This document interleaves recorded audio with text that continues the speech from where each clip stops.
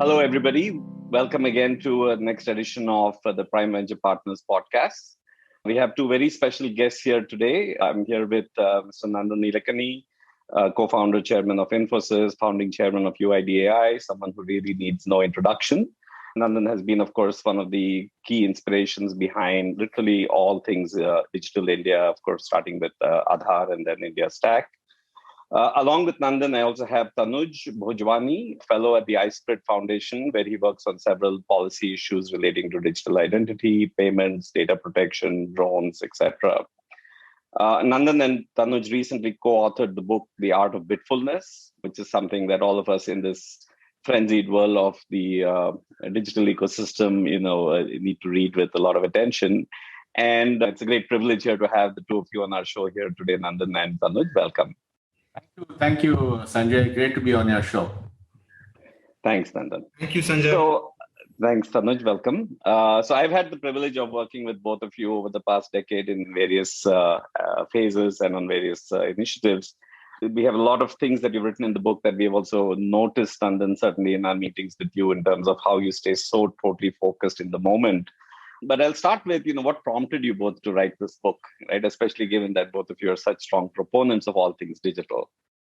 No, in fact, Sanjay, this book came out of the fact both of us, as you know, are great believers in technology transformation, technology for public purpose.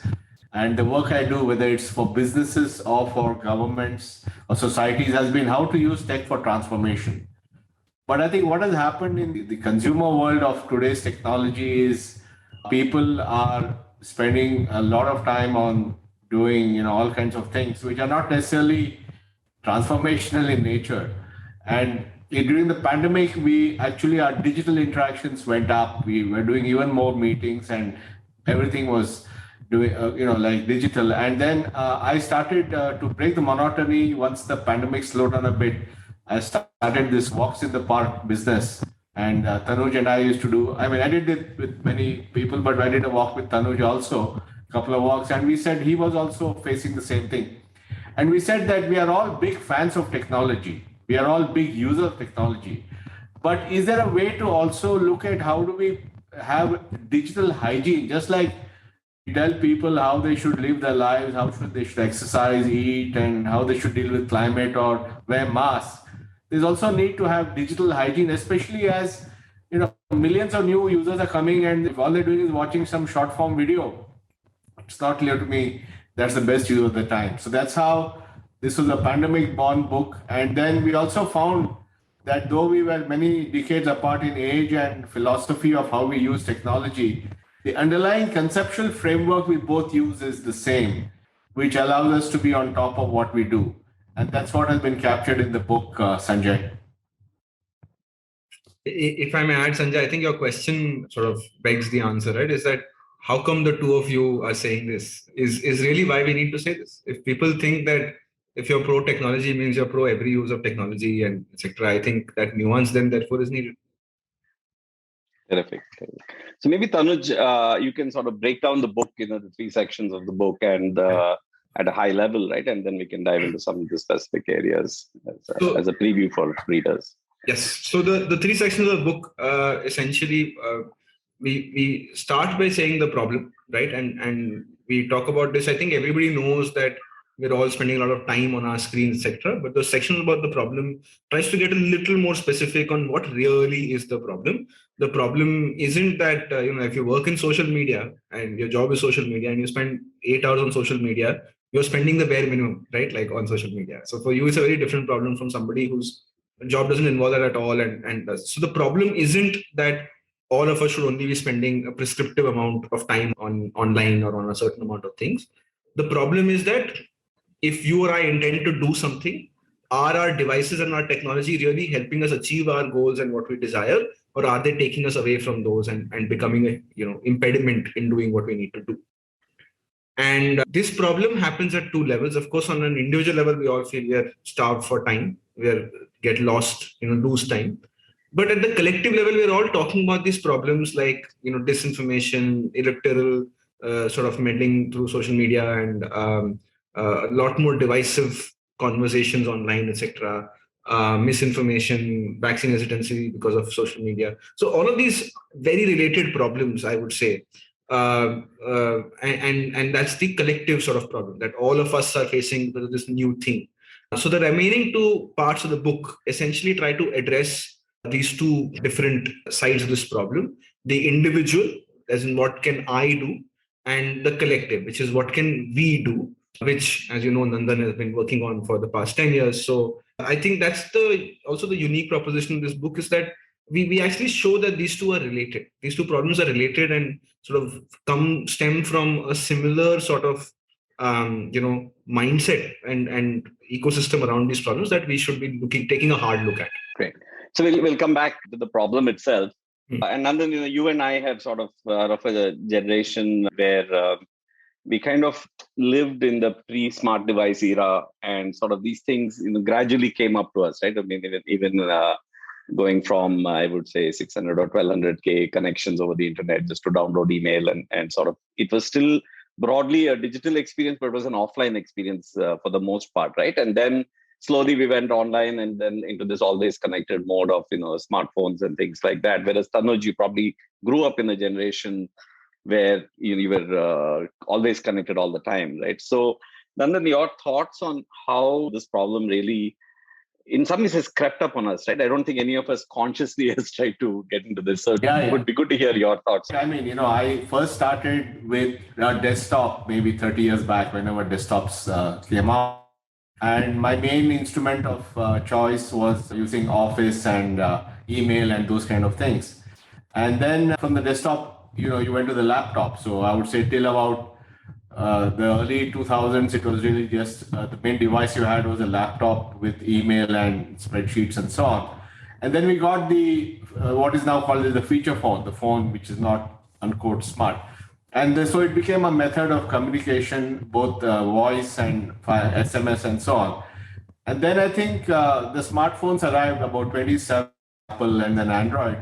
And I was actually a late adopter to this. I only got my smartphone in 2010 or thereabouts. And I was already 55 years old when I had my first smartphone. And I also got an iPad and so on.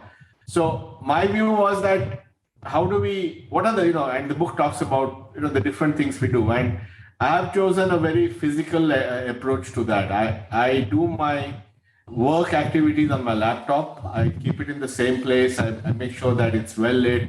I have a sense of work that I do when I go to my laptop. I do all my curated activities of reading and watching movies on my iPad.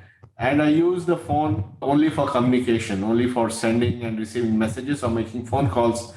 I don't use any social media tools. I do use Twitter, but only as a broadcast mechanism where I send out things, but I don't engage in polarizing arguments on Twitter. And I have a zero inbox strategy, Sanjay, where I try to clear my inbox every day to the extent I can so that everything is clear. And the beauty of all this is that my life is that way uncluttered. It's, of course, if you say that I have a position where I can unclutter it, but whatever be the thing, my life is uncluttered and I have plenty of time for other things. I have plenty of time for walks in the park. And when I have a meeting, I try to keep all my devices away so that I can totally focus. I shut off all notifications. I mean, it's very simple because in some sense, the ease of use of these devices itself has created this issue. Like in the physical world, when you go to a library, you know that you're going there, you want to work or read, and it's a very quiet place. When you go to a bar, you're going to socialize, meet people, have a drink, and maybe more uproarious. And when you go to the park or the gym, you know you're going to work out and get some fresh air and so on. So in the physical world, when we go into different contexts, we know what that context is. The challenge we have here is that on the same place, you can switch in one click to party mode, play mode, work mode. So we have to create our own way of carving out these things. And that's what the book is about. And Tanuj, being much younger and being much more of a smartphone native, he doesn't want to have different physical devices like I do. He does it on the same device, but he has a way of creating systems for each of them. So I guess that's the difference. Tanuj, before I come into that part, I just want to double click one more small point here. Nandan, have you always been this disciplined about these different physical spaces sort of in your mind? Or did you find yourself actually getting pulled into some of these, overlapping spaces and then actually had to extract yourself out? And if so, What advice would you have for our audience, right, to try to be in single context? No, I think the thing started when I got my first smartphone, and then I loaded WhatsApp and Viber or something. I don't know if it's still around, but something called Viber. And initially, it was quite exciting to have these things. But then I realized that my life was being overburdened with notifications and interruptions. And also, I think there's been a lot of these technologies have polarized people. And, I find now in every group, every family, every alumni group, there's a clear polarization. And then, then people see their point of view and keep arguing. And for me, that had no value. So over time, I got rid of all this and said, finally, if I want to communicate with somebody, they have my phone number, they can send me a text message, I will reply to them, or they can send me an email. So that's worked beautifully. I did try. I mean, during, I had a short, ill-fated attempt at elections in 2014, when I actually created a big social presence. But as soon as the election was over and I decided I didn't have a career in politics, I just shut down all my social media type accounts and came back to basics. Thanks. Tanuj, how do you run your life and try to manage things here? So I think, of course, with any examples you can cite from the book as well would be helpful. No, so I think first thing, I think we have to acknowledge that, we're not writing this as gurus, right? If you're expecting that I am somehow very I've struggled. The idea is that this system comes from evolving. So I have struggled in the past. Essentially, you get dragged in. You think you don't want, like you said, it creeps up on you. It starts with something very simple. You might actually have a very nice use case for why you're online for something. But eventually, like you said, it starts creeping over your life, etc. I think my system really, it's changed and evolved, but I used to be the classic productivity nerd, reading all your getting things done, etc. Have all these systems where it's kind of the hustle, right? You want to be doing more and more and more. And I think a lot of us were in that space. What I have observed in my own life is that the more information you're exposed to, the more things you see, the more you start thinking is the bare minimum you need to do to be ahead in life, right? So everybody feels like they have to both have a great Instagram where their social life is like, at least I'm talking about my age group and people around millennial thing, is that one, you need to have an Instagram where your travels are documented, your great meals and whatever are documented, while on Twitter, you're a thought leader, while at the same time on Facebook, you're keeping in touch with everybody and you're DMing them, and on WhatsApp, you're on, forwarding every meme you see.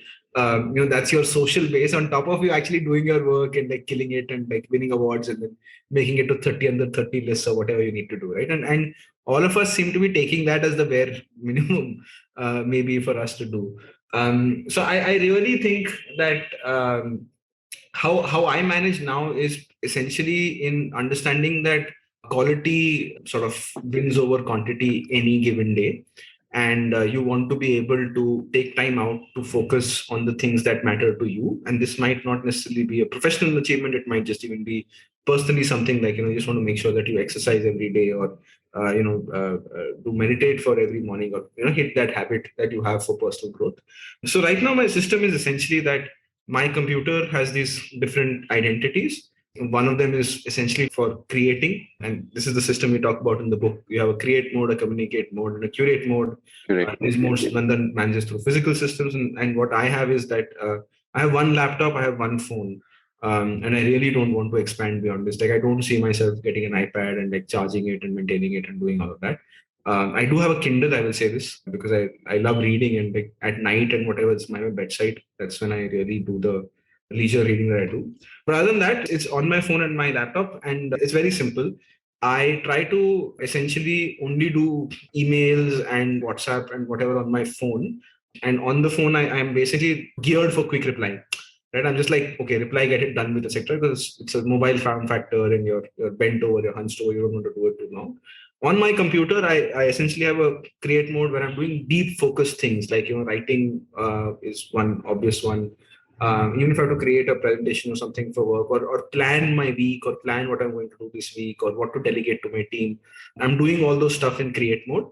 And in that mode, essentially, we write about the book in the system about how to create enough boundaries for yourself such that you're focused, you don't get distracted, you don't have these things coming out.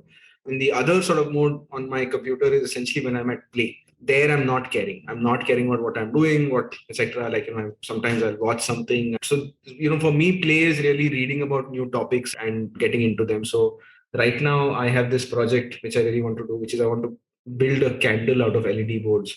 It's a weird thing I saw. I want to recreate it. So just putting that together, like I spend whatever many hours on it. And when I'm doing that, the best part is I am no longer worried about what's happening at work or email or like that period is genuinely the key is really the compartmentalization of it, regardless of what the device is. And then choosing what I'm doing right now becomes a choice when you open the laptop and you have to log into one of these accounts and you make a conscious decision to be like, okay, I'm about to work right now, or I'm about to go play right now. And once you've made that conscious decision and everything else has been set up for you by past you, I think that really, really helps. People underestimate how much setting boundaries permanently on digital can really help them, because people think, oh, I just need to become a more focused person. No, it's not really you as a person, it's your environment.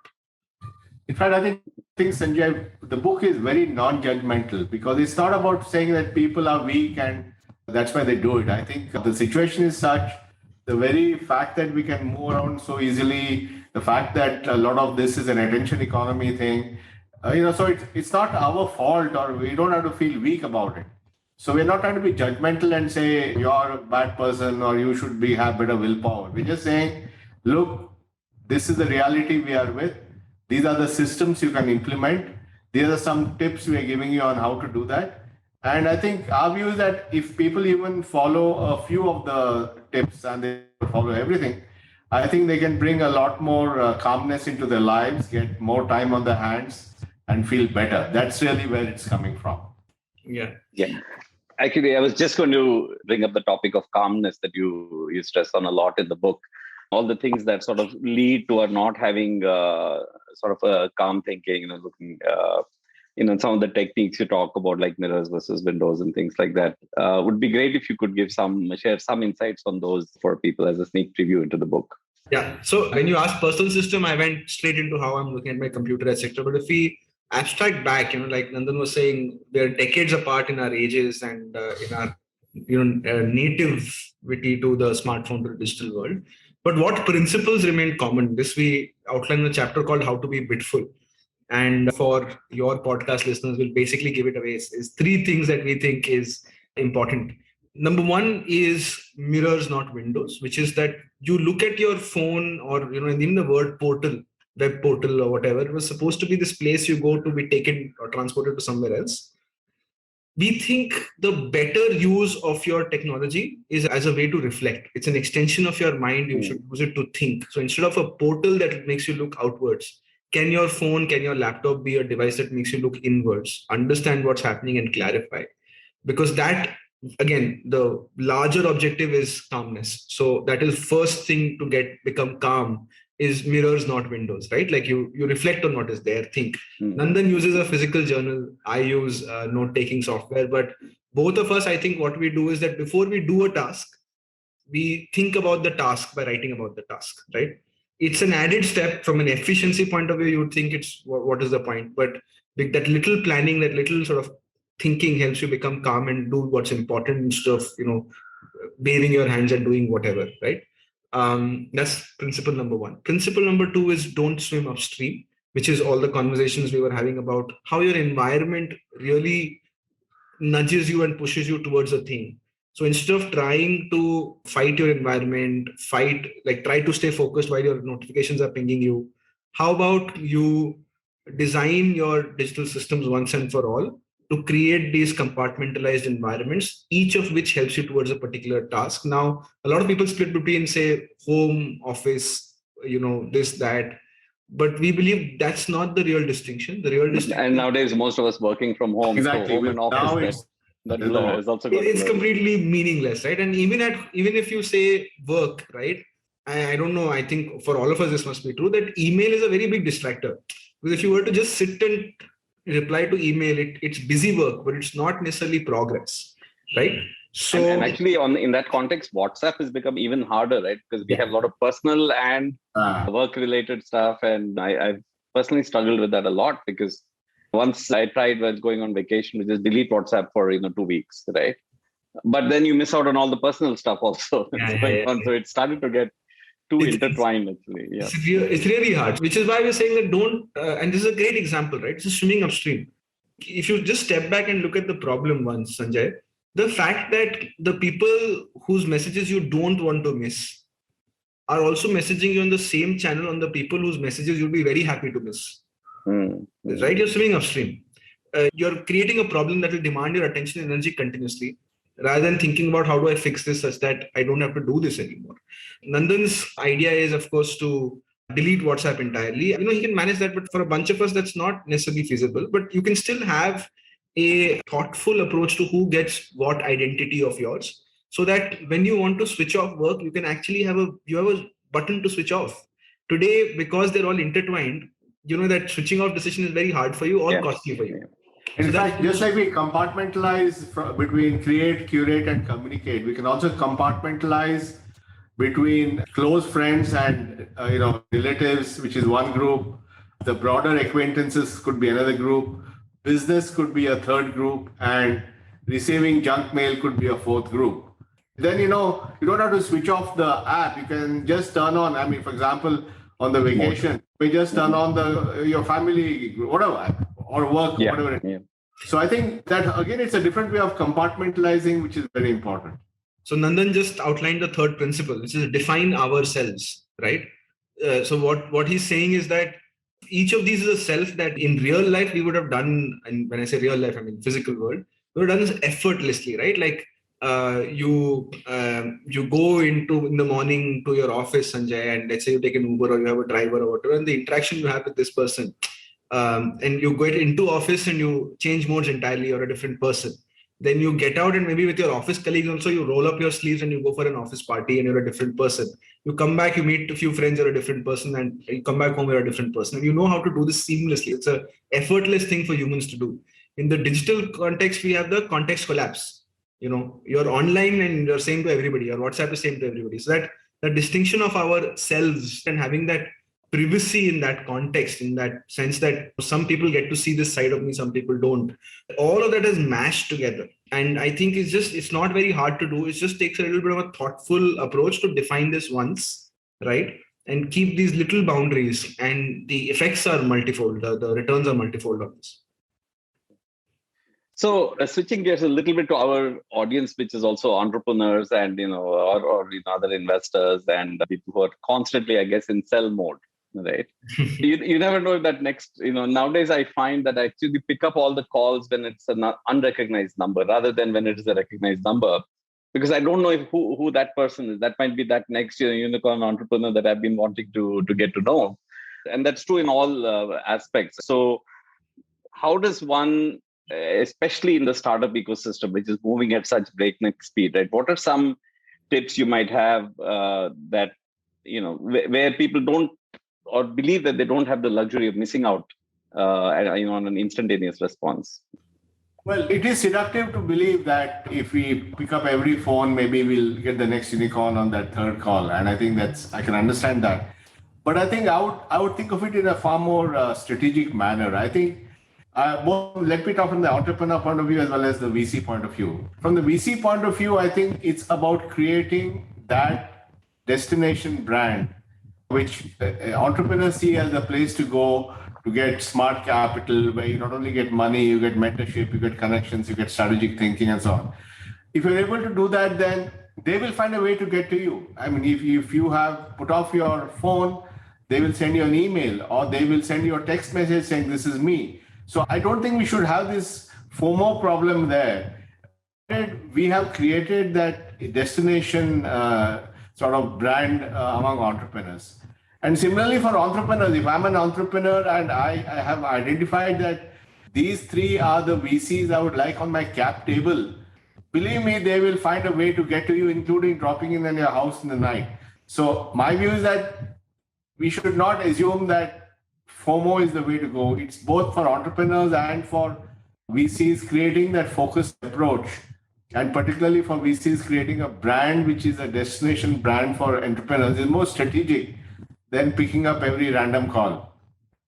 Just to add to this, what Nandan says, perfect answer, right? In the sense that any fear, the right therapy is the exposure therapy, which is that if you have a fear of missing out, try missing out. and I promise you the world doesn't end. So first of all, get used to that by that method. The second is, of course, Sanjay, I think what Nandan and I know and acknowledge that lives are very varied and very complicated. So you are right to say that, okay, I have a very cell job, I have a very people job. Therefore, being disconnected is a very hard thing for me. I think nowhere in the book are we trying to be prescriptive on how much time we spend. The emphasis of our advice is that, do you have a switch to turn off so that when you don't want to be in cell mode, when you wanted to go on that vacation for 2 weeks, is it something that you can do and still be calm? Or is half your mind going to be occupied by what am I missing? Because if it's going to be occupied by what I'm missing, your vacation is not efficient. Let me put it to you differently. As your family members are going to be very annoyed with you. We have a CEO friend. When this whole create, curate, communicate mode, I think people naturally gravitate to thinking, oh, create mode, I'll do more work, I'll be more productive. One of the best feedback I got from people who tried this even before the book was published, and a few set of people we tried this with. One of them was, my phone always had Slack or whatever. Me and my wife used to watch Netflix in the evening. But my phone always has Slack, WhatsApp, all these ways for my team to reach me. So every time I had to even pause the movie or do something or whatever, I would look at my phone and I would definitely get dragged into something that I'm not watching the movie, I'm not interacting with her, and our relationship was suffering. But by creating these two modes on his phone, like a curate mode and a communicate mode thing, he says that when I was finally watching that movie, I was only watching that movie, right? And that really helped the relationship. So it's this, I think. I don't think Nandan and I are prescriptive on how much time you spend in what, but be able to create that boundary is our message. Also, I think both for VCs and entrepreneurs, Sanjay, we need to have a lot of think time. Because your job is to anticipate the future, your job is to connect the dots, your job is to make the judgment as to which entrepreneur and which business segment is worth backing. These are all things that require you to actually create spare time where your mind can wander. And your mind can't wander if there's a Slack message or a TikTok video or a WhatsApp message every second. You can't. Yeah. Actually, couple of things that have worked for me recently. I actually have started blocking off a couple of days of the week, right? But I actually take no meetings. Right now, of course, one of our portfolio companies has an emergency. Of course, I meet with them. But broadly, by default, the calendar is off. And those days are intended for actually complete thinking, research, and so on, right? Because, we are not here to make a decision about something we're seeing today. We are trying to make a prediction for what the world is going to look like 3, 5, 7, 15 years from now. And we really need to have that ability to think for some long periods of time. We might still be connected and doing research, right? But it's not about meeting and understanding through third parties. We have to do primary research ourselves, right? So for sure. I have 2 more questions. Certainly, I'm sure you might have some comments as well at the end. But as you wrote this book, right, what did you learn about yourselves, right, as you were trying to put down these thoughts, right, and or areas that perhaps you felt you could even do better, perhaps, right, where you were not already doing it? So just curious as to how that process was for the two of you. And the second related question is, what surprised you the most about when you were writing this book? Something either in terms of yourselves or and you talk to other people. Would be helpful to share that. Sure. Let me talk about 2 things, Sanjay, that I learned. One was that define ourselves. I think I had a vague idea, but I think working with Tanuj and saying the need to have multiple identities for different activities was a learning. And that's something which I benefited from. The other is I think I improved my journaling or writing. I did have a practice of writing. But again, working with Tanuj on this book and importance of that, I think I became better at it. So these are the 2 things I learned. And some of the practices I had got validated, my zero inbox strategy or my filing system, which goes back 20 years. So I have a folder, I can pull out something. I have 20 folders on the UID app project, and I can pull back an email from 2009, So all those I realized were really very powerful things. And people have told me that they have adopted some of this and they benefited greatly. For me, I think actually very similar. I think all of us think that people who are younger will have it more put together. So I also think that about 21, 22-year-olds. And what I was surprised to see is that it's actually like life is tougher for them. right? It's really harder for them. And I'm also like, some of the stuff that Nandan is saying, is define ourselves, the split identities, is a lot of things that I take from them. Because one thing that I notice is that young people, even after, like, sometimes with building up a little bit of followers or whatever on social media, all of us, people think that, okay, you invest time, you do this or whatever. I've seen young people who willy-nilly delete their account, especially after it becomes big and after it becomes whatever. They're just like willing to let go and start over.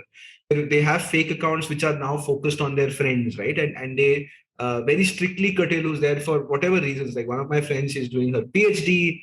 I say friend, she's younger, right? She's about 5-6 years younger. So she's doing her PhD. So once her thesis advisor followed her, she created a whole new group with just 20 people on it or 30 people on it. And now, because of that audience, what you share and what parts of you share and how much you're actually willing to share and use social media in a much more positive way, because it's a fake identity, closed group, only some people can see, is very different from how you behaved on social media when you had your entire social circle mixed looking at you.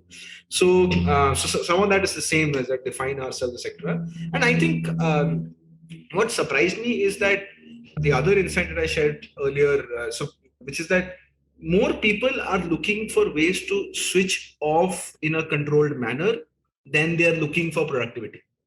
I think this is a statement that I can now, especially after the book also is getting reinforced, right? After the book comes out, that the trouble really is that people feel like they're always on. This is the word that I keep hearing.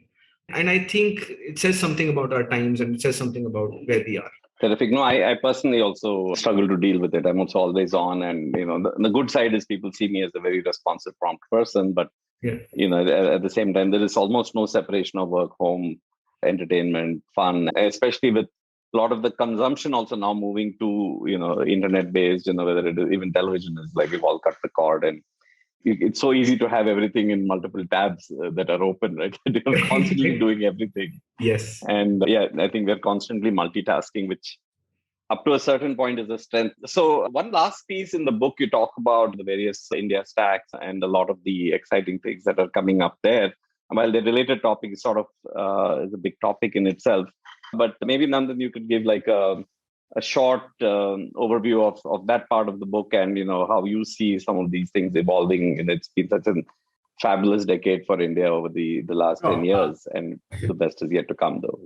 Yeah, Sanjay, I think this is a great topic, and I'm personally very excited because we have come a long way in the last 10 years. We built Aadhaar platform for 1.3 billion people that does 50 million authentications a day. UPI by NPCI has gone from 100,000 transactions in October 2016 to 4.5 billion transactions. And to me, the most exciting thing is when I go down to a walk, I see a vegetable vendor taking a UPI payment. And that means that's really transformational, that we have reached the 10 rupee vegetable buyer to be able to sell with UPI. But I think lots of exciting things going to come coming years. We have the whole account aggregator framework coming out. And India will be the only country in the world where individuals and companies will be able to use their own data for moving forward. So an individual can use data to get a loan or better service. A company can get a business loan, or an individual can get a wealth management solution using the data. So account aggregator is a big one. I think ONDC, the open commerce, is going to be big, and will for the first time have an interoperable protocol where any retailer, a small retailer, any supplier, any delivery company can all plug into this with open protocols. Because what we are learning is that as our lives really become digital, it's very important that everybody be able to participate. And that's what ONDC does. And there are many, many other things happening. I think the health stack that Ayushman Bharat is doing, the skills stuff which just got announced in the budget, the education stuff that Sunbird has done. So, India is in a fascinating place where a large number of digital public goods are getting created. And they've been created in a way that the government facilitates the rails, but the innovation is done by entrepreneurs. And we have seen big companies emerge out of UPI and so on. So clearly, there is a role for entrepreneurs to study the emerging rails that are coming and figure out how they can create exciting companies and realize that this is not the same as China or the US. We have a different vast digital stack which they have to adapt to, and they can do very well in that. Wonderful. So, Nandan, Tanuj, thank you so much for being on our show. I know these are all topics where we can deep dive into and probably do our long podcasts and more themselves, but really appreciate your spending the time. And I'm sure our audience will be quite thrilled to hear about this. And I'm sure many will pick up the book and read it. I've enjoyed reading it myself. Thank you. Thanks, Sanjay. Take care. All the best. Bye-bye. Thanks, Nandan. Thanks, Tanuj. Thank you, Sanjay. Dear listeners, thank you for listening to this episode of the podcast. Subscribe now on your favorite podcast app for free, and you'll be the first one to know when new episodes are available. Just search for Prime Venture Partners podcast in Apple Podcast, Spotify, Castbox, or however you get your podcasts. Then hit subscribe. And if you have enjoyed the show, we would be really grateful if you leave us a review on Apple Podcast. To read the full transcript, find the link in the show notes.